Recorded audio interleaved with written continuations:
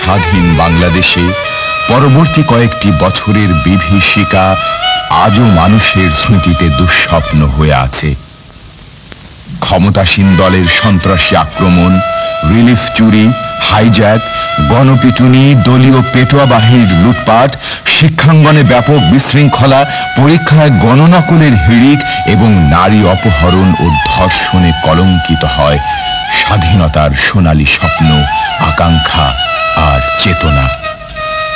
যুদ্ধ বিধ্বস্ত দেশের পুনর্গঠনের জন্য প্রাপ্ত বিদেশি সাহায্য বন্টনে তৎকালীন সরকারের ব্যাপক অনিয়ম, অব্যবস্থা ও দুর্নীতি বাংলাদেশকে বিশ্ব সমাজের কাছে তলাবিহীন ঝুড়ি হিসেবে পরিচিত করিয়েছিল। ৭৪-এ এক মুঠো ভাতের জন্যে হাজার হাজার নিরন্ন মানুষ পথে নেমে এসেছিল। অনাহার আর অপুষ্টিতে প্রাণ হারিয়েছিল কয়েক লক্ষ কঙ্কালসার নারী পুরুষ। ইতিহাসে সেই দুর্ভিক্ষ আজও এক কলঙ্কের চিহ্ন হয়ে রয়েছে। দুর্ভিক্ষের পাশাপাশি তখন অস্বাভাবিকভাবে হত্যা, লুণ্ঠন আর সন্ত্রাস বৃদ্ধি পেয়েছিল।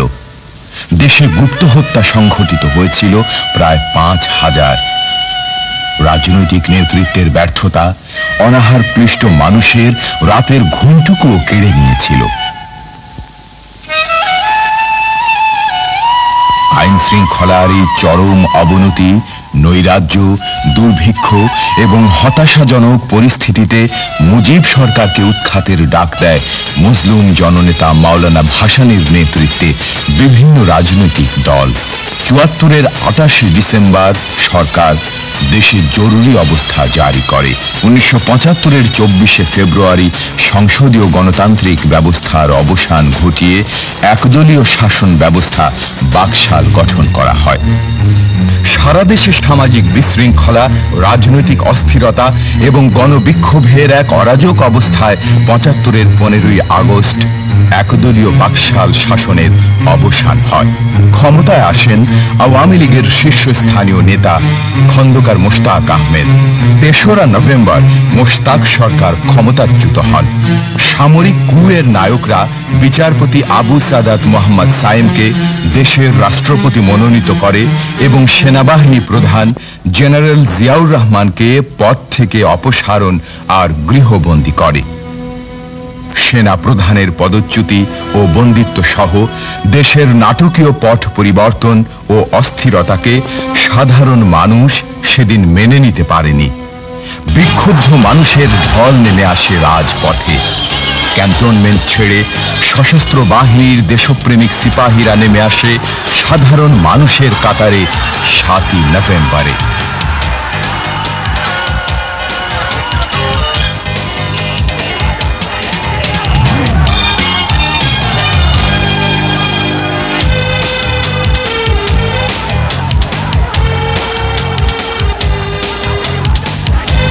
সে এক অভূতপূর্ব দৃশ্য।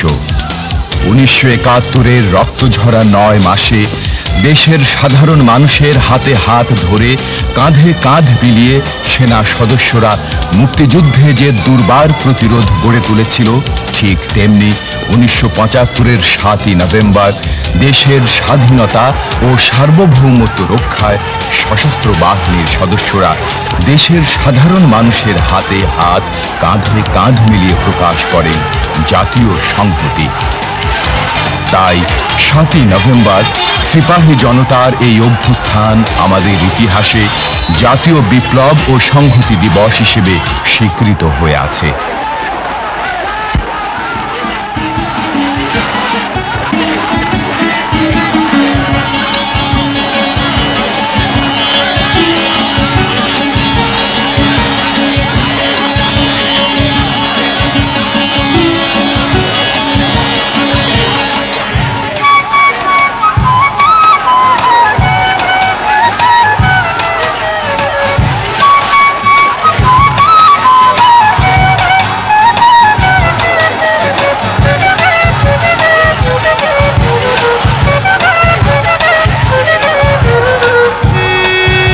জেনারেল জিয়াউর রহমানকে বন্দিত্ব অবস্থা থেকে মুক্ত করে আনে সশস্ত্র বাহিনীর বীর সেনানীরা।